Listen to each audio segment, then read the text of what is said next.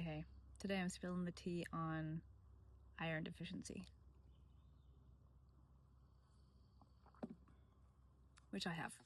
I'm Dr. Tanya Winchester. I'm a naturopathic physician and an IV therapist in Nanaimo, British Columbia. I am also, truth be told, a mere mortal and have tissues and cells that can get sick.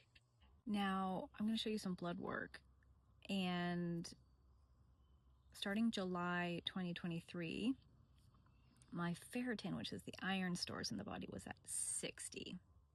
See? And then in the fall of 2024, so about 16 months later, I started having this sensation in my chest of my heart thumping up and down. It felt like a which was disconcerting for sure. So I got some blood work done again December of 2024, and my ferritin was at 14. And my doctor, who I'm very grateful for, by the way, and I'm very lucky to have a doctor also. Well, after seeing the ferritin, she decided to do what's called an iron panel, which looks at the iron floating around in the blood. So not the stored form, but the free form, which isn't super clinically useful. Something called transferrin, which is a protein that carries iron in the blood, and then the percentage saturation of that. And you can see those results here, which I was at 0.31. And this is a clinically relevant test. If it's below 0.2, so 20% saturated, that is criteria to be eligible for iron infusions if there's chronic illness. Without chronic illness, which would be the scenario I'm in, ferritin less than 50 is a criteria. So technically with my 14, I was eligible. However, I didn't take iron infusions at that time. I just started taking oral iron.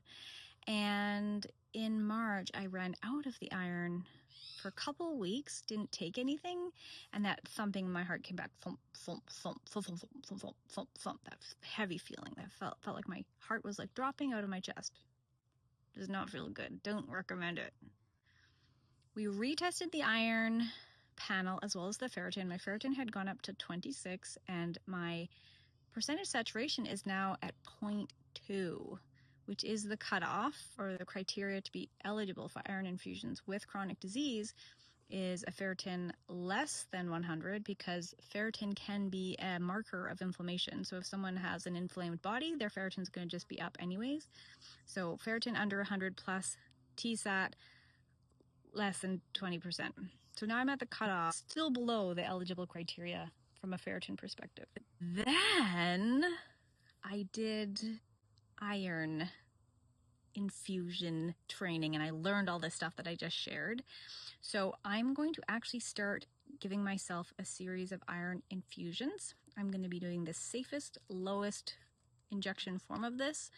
I've just got another panel of blood work done to have a new baseline. My ferritin is at 35. It's coming up.